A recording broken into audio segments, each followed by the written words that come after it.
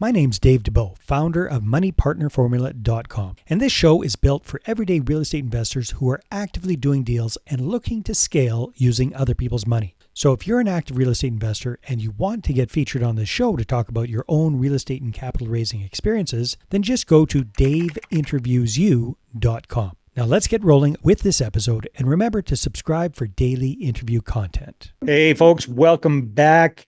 Have you ever really wanted to kind of co-invest with friends and family members, but you weren't quite sure how to get started, how to approach them, what to do about that? Well, listen closely to today's episode because Ian Horowitz is zooming in from, well, he's actually in Philly right now, but he's typically from Maryland, and he runs a company. I love the name of this, Equity Warehouse. And that's what they do a lot of. They do a lot of co-investing.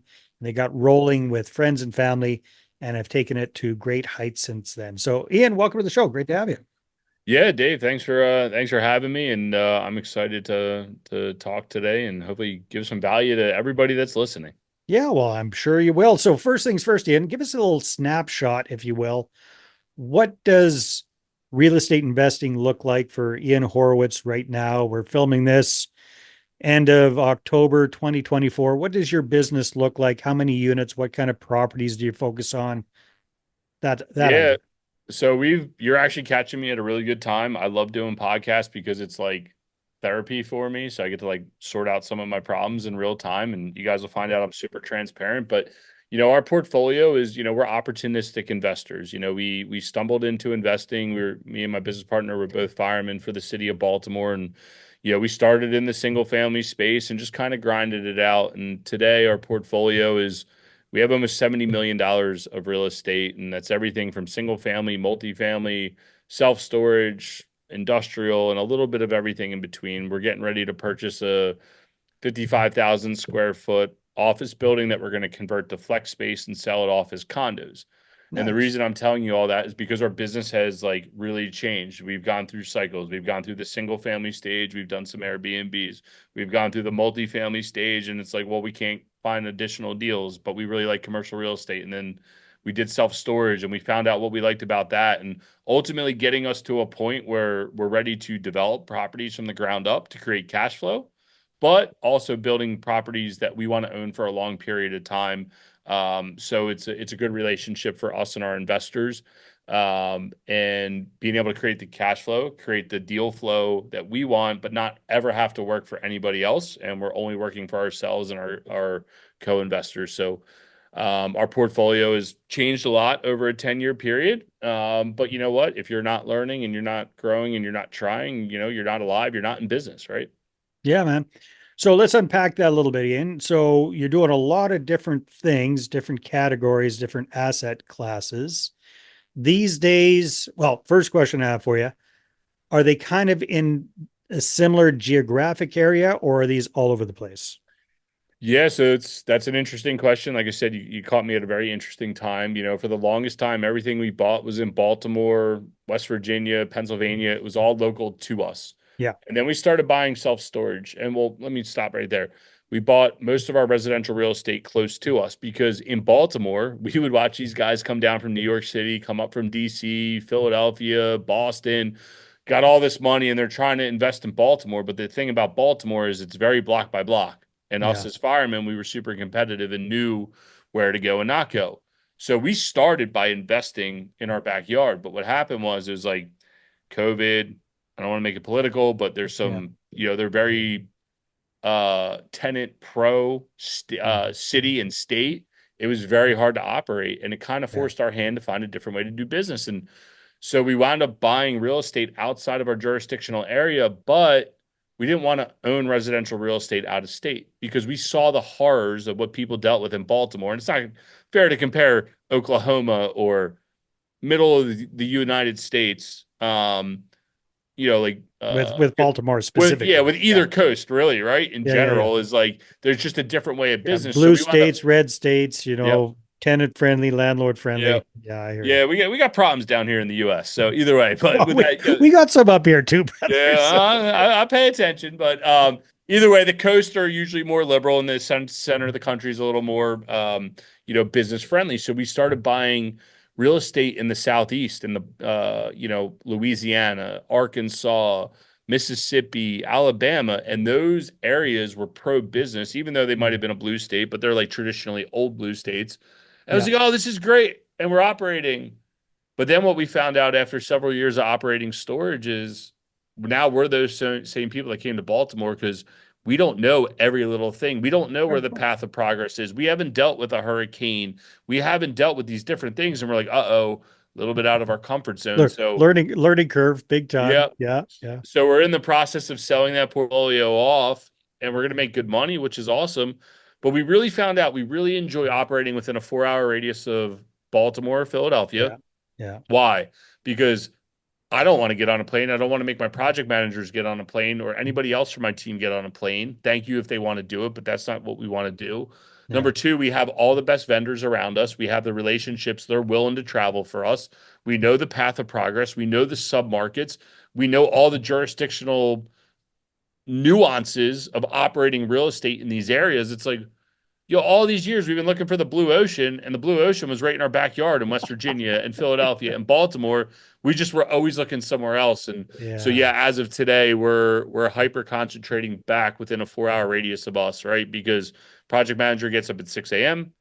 Well, yeah, you can Site by drive out wherever to go put out fires and deal with shit, Yep. right? And they're back home that same night and they're home with their family, right? Yeah. And I worked 24-hour shifts in the fire department and I hated missing softball and gymnastics and all those fun Mhm. things. And I don't want that. I don't want to put that same pain on people on my team that live local to us. So it's So, yeah, that makes a ton of sense, Ian. So, with that in mind, you're liquidating the stuff further out than 4 hours away. You're gonna cash out and focus on that area. So, moving ahead, are there a few different asset classes that you're really keen on, and what do those look like moving ahead? Yeah, moving forward, we're still going to stay in the self storage and like flex space, right? Flex space is just longer term storage is how I look at it. Oh, well, And maybe explain that for people, because again, you mentioned you tickled my curiosity at the beginning. You're buying a big what do you say it was, an office building? You're going to yeah, turn the it into office, flex but space, an old yep, office building. yep. It's got I'm guessing might have quite a few vacancies right now, and you're going to repurpose that for this flex space. So maybe paint us a picture of what that's going to look like. Yeah, so flex space for those that don't know. So let's start here. Self storage, Yeah. that's your Cube Smart. You guys up there in Canada, Mini Mall is a gigantic one. Extra space. They're like the Yeah. self storage units, and you rent them month to month. And what we found out is at one of our properties in Louisiana, we had a bunch of businesses renting there. I'm like, oh, that's interesting. I'm like, why are you doing it? They're like, well, we don't want to enter into a long term lease. And we started digging into it, and Mhm. we're looking for those buildings that you have like 500 or 600 square feet of office, and you got 2,000 square feet of warehouse, and that's Mhm. flex space, right? And it's usually drive-in bay, no loading dock, landscapers, gyms, um, granite companies, cabinet companies, the place where you Yeah. walk up and like, hey, come check out my warehouse out behind me. That's what we're looking to build and operate. And so that Interesting. building there used to be a call center for a big mortgage company that went bankrupt in '08. And the guy has owned the building, kind of floundered with it, has some tenants. He has a tenant that they print huge pieces of fabric. They wrap buses for the transit companies and the airports and all those other fun things, Yeah. and he has a warehouse with an office space. And I was like, I'm like thinking, dude, why don't you just convert the rest of it and be done? But it's not his business plan. He doesn't want to do it. So we're going to step in and do that. So going forward, that flex space, what I like about it is I love storage because it's a Yeah. metal building, right? And people don't live there. That was the greatest thing we found out about storage. And we had a lot of autonomy during COVID to operate our business. Mhm. But the thing we didn't like is every month you're moving people in and out, moving in and out, in and out. It's a lot of transactions. What do Yeah. we like about the apartment world? Someone moves in, you know when they're moving More out. It's stable. yeah, it's just predictable. So how Yeah. do we combine the two? And that's how we arrived to flex space. And we're super excited for it because it's in demand. Ecom, Well, plus you get triple net, I think. triple I mean, a net. lot Yep. of guys are doing that. So you're passing on some of the huge expenses to your tenants, and they are really hooked in. As long as they're doing business, they need a place of business to work from. They need a little bit of office. They need that warehouse space, and that's the bill they're going to be paying. Right? Yeah. Got Well, and to then the pay other the thing rent, is right? like if you guys are watching this, and if you're not, I have a huge beard. Like I resonate with that tenant type, right? Yeah. When someone comes and rents a storage unit because they got evicted from their apartment and then use us as a dumpster, Mhm. that drives me up a wall. It happens. Like I can't stop it because there's online move-ins and move-outs, but I can go talk to the contractor and be like, yo, bro, you're late on your rent. What's up? How can we work this out? And it's a Mhm. B2B conversation. And I think it's so much easier to deal with. And why else is Flex gonna last, right? You Yeah. have ecom, everyone's got small like last mile distribution type centers. Yeah. They need that small t-shirt companies. You guys are in Canada, you deal with snow and rust on all your vehicles. Guys are sick and tired of having their vehicles outside and their stuff getting broken into more and more every Yeah. day. They're Yeah. starting to store all their trucks inside because it's easier on the guys. And I just think and the other thing is the richest guys I know in Philadelphia and Baltimore, what's the number one product type they own? Industrial flex space. And I'm like, you Mhm. know what?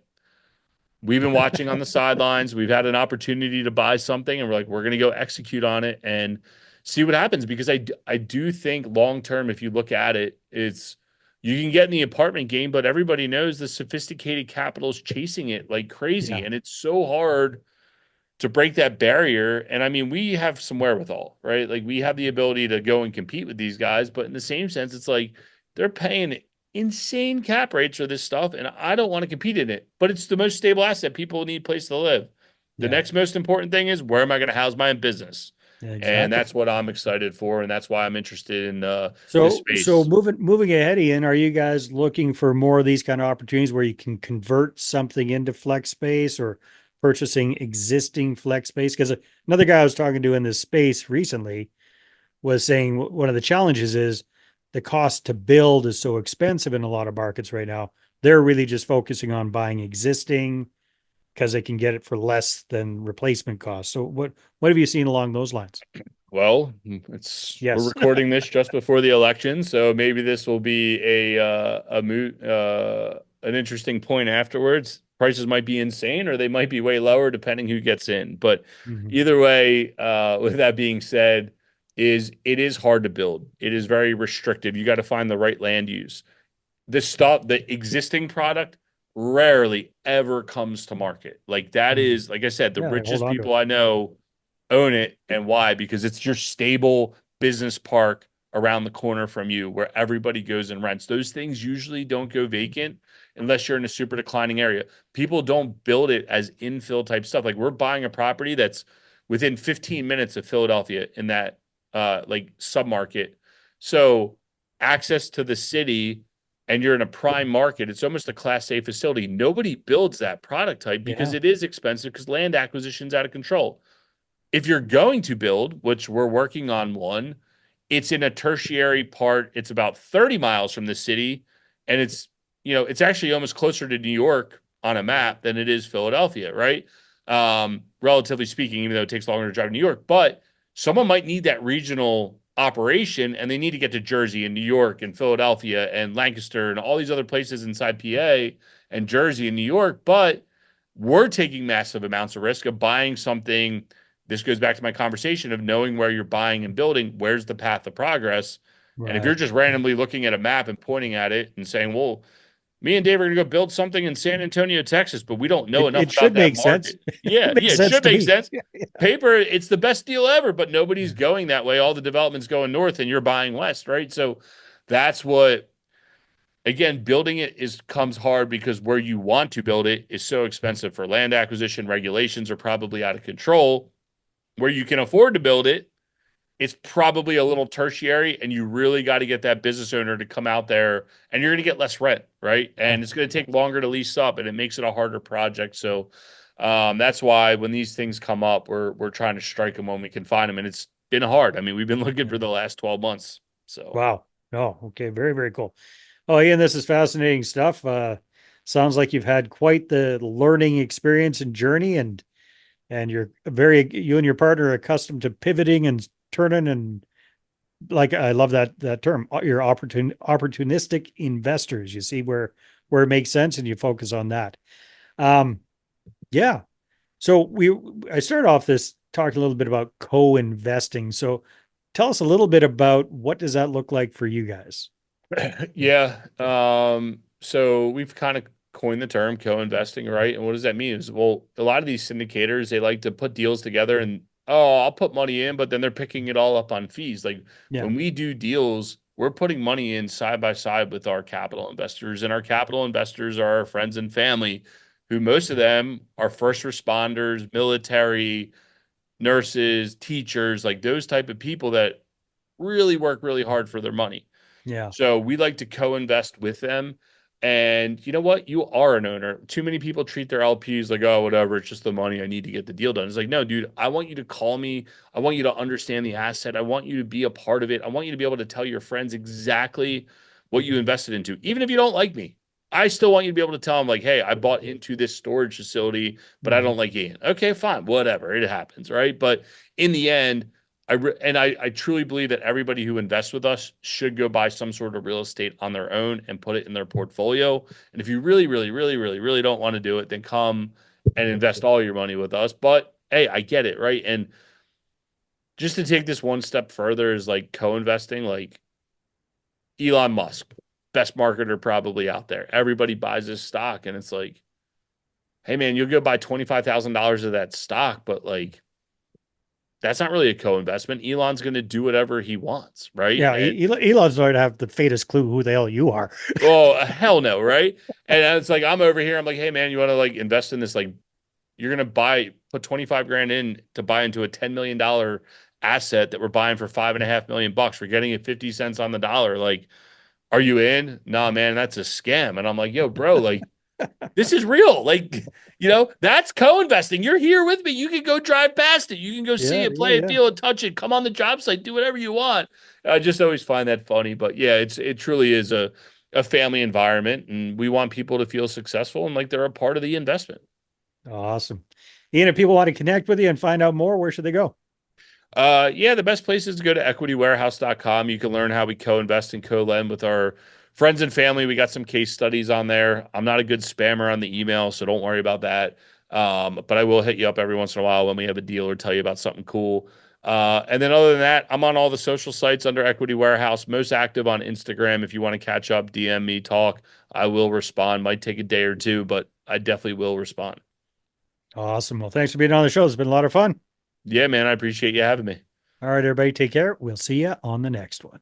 Hey there. I really hope you enjoyed that episode. And as always, if you want to listen to more daily interview content, make sure you subscribe. And if you're an active real estate investor and you're doing deals and you'd like to get featured on this show, then just head over to daveinterviewyou.com. Now, at moneypartnerformula.com, we help real estate investors to create a process for predictably getting capital so they can do more deals without relying on hard money lenders or the banks.